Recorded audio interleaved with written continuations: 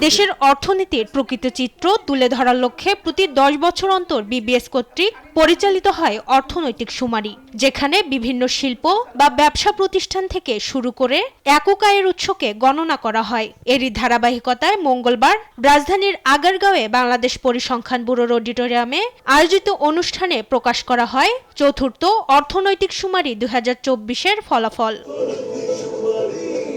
ফলাফলে জানানো হয় 10 বছরের ব্যবধানে দেশে অর্থনৈতিক ইউনিটের সংখ্যা বেড়েছে 49.65%। দেশের অর্থনৈতিক ইউনিটগুলোতে বর্তমানে নিয়োজিত জনবল 3,06,32,661 জন, যা 2013 সালে ছিল 2,45,850 জন। এই হিসেবে জনবল বেড়েছে 25.03%।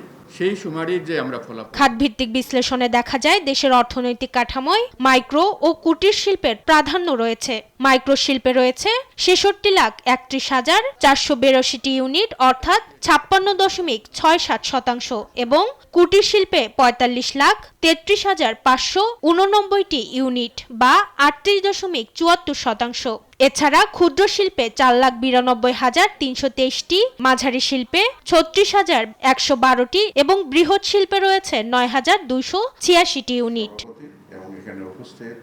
অনুষ্ঠানে প্রধান অতিথির বক্তব্যে পরিকল্পনা প্রতিমন্ত্রী মোহাম্মদ জোনায়েদ আব্দুর রহিম সাকি বলেন, ক্ষুদ্র ও মাঝারি শিল্পের গুণগত পরিবর্তন দেশের সার্বিক অর্থনীতির পরিবর্তনে ভূমিকা রাখবে। ক্ষুদ্র মাঝারি শিল্প যদি না বাড়ে তাহলে পরিষ্কারভাবে আমাদের আয় বাড়বে না, কারণ ট্যাক্স নেটকে আমরা যদি সম্প্রসারিত করতে না পারি তাহলে তো সরকারের আয় বাড়বে না।